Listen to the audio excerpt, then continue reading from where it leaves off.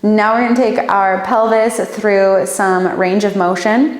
First, we're going to explore our anterior and posterior pelvic tilt. So we can imagine our pelvis like a bowl. To create an anterior pelvic tilt, we want to try to spill the bowl forwards. I like to do this with a little bend in my knees.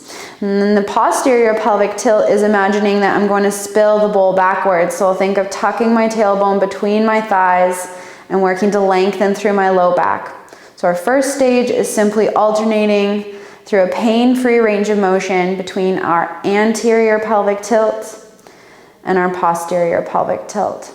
Once that feels good, we can start to explore some lateral movement with the pelvis. So we'll stand with our legs, again, soft bend in the knees. And with my hands on my hip bones, I'm gonna now see if I can bring one side of my hip up and towards my rib cage. So it's gonna look like this. One knee bends, while the opposite side of the pelvis will lift slightly.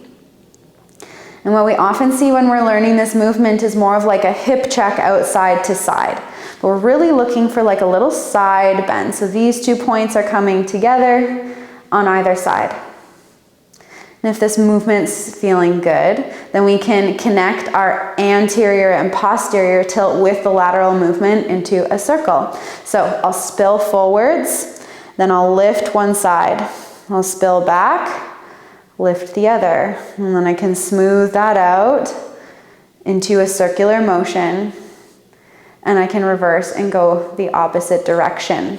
And this is supporting us to learn how to move our pelvis independently from the rest of our body.